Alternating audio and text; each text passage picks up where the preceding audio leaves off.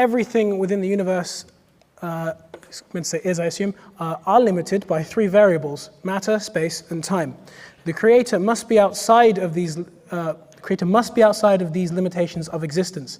So how can we assume a Creator we cannot comprehend has to be observable in order for the existence of a Creator to be rational? Well, what you've done there is an ad hoc fallacy. You've created another claim in an attempt to bolster the first claim. You're saying, I can't produce evidence for my God, therefore I'm going to imagine that there's a supernatural place where evidence cannot be seen. This is a circular argument. Can I just comment on that? Yeah.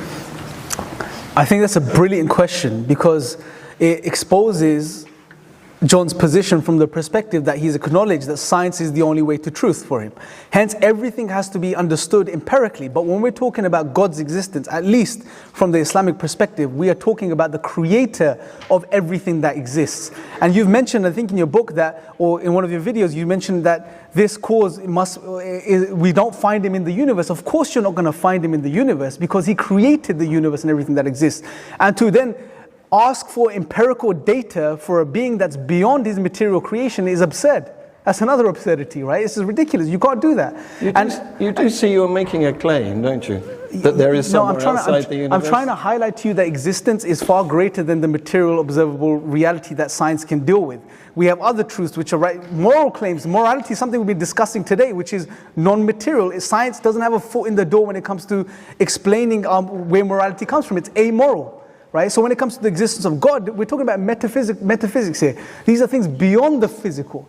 Hence, when we talk about God's existence, science doesn't have a foot in the door. And until and unless you're willing to broaden your horizons as far as your understanding of what constitutes to knowledge, you're not going to ever find God. You want me to accept woo? No, I'm telling you to acknowledge what science itself acknowledges, that there are other routes to knowledge which science incorporates. And you're going against all of that. You're going against the very method you follow. Astrology?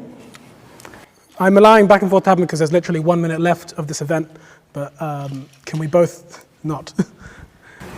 That's it. So yes, a brilliant question. I think to inquire about God's existence, that particular question, I think you have to acknowledge first and foremost that there are other routes to knowledge, and I would even say most sensible, intelligent human beings, including atheists, would acknowledge understanding that there are other routes to knowledge, and then to realize if we're talking about a being which is not a part of his material physical universe, which transcends the material, then we have to try to figure out and maybe employ argumentation. See are there arguments for God's existence. See what other realities there are which can, or routes to knowledge there are which can lead us to his existence. Now, time doesn't permit me to go into this, but we also have the concept of the fitrah from the Islamic perspective, which refers to this innate type of knowledge. So there's a lot that's going on there. And again, maybe for another debate. Yes.